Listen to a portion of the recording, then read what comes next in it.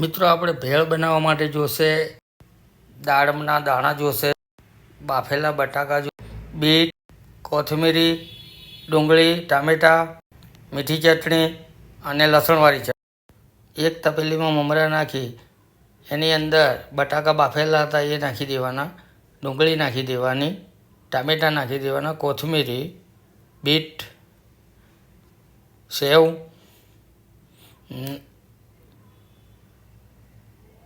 મીઠી ચટણી અને લસણવાળી ચટણી નાખી અને એકદમ મિત્રો મિક્સ કરી દેવાનું. મીઠી વધારે નાખવાની, જરાક ચટણી નાખ્યા પછી બધું મિક્સ કરી દેવાનું. મિત્રો મિક્સ થઈ જાય એટલે એક ડીશની અંદર આપણે સર્વ કરી રેડી કરવાની.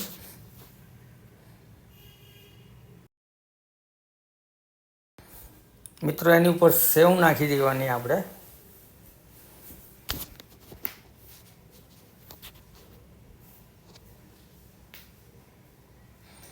ડુંગળી નાખી દેવાની, ટામેટાં ઉપરથી નાખી દેવાના,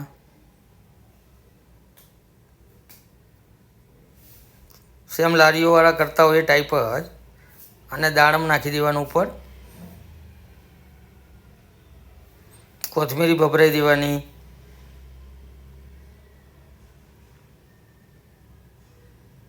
મીઠી ચટણી નાખવી 4 થી 5 ચમચીઓ,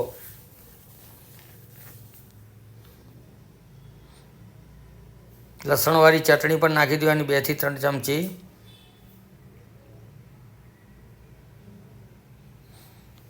બીટ નાખી દેવાનું. જુઓ મિત્રો, આપણી ડીશ રેડી થઈ ગઈ છે. બહાર લારી ઉપર મળે એના કરતાં પણ સરસ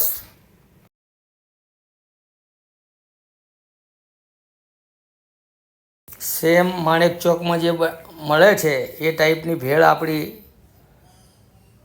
હોમમેડ એટલે ઘરે રેડી થઈ ગઈ છે. જુઓ, ઘરે જ બનાવી શકાય છે, સેમ ટુ સેમ. મિત્રો તમે પણ ઘરે બનાવજો અને સારી લાગે તો લાઈક કરવાનું મિત્રો ભૂલતા નહીં.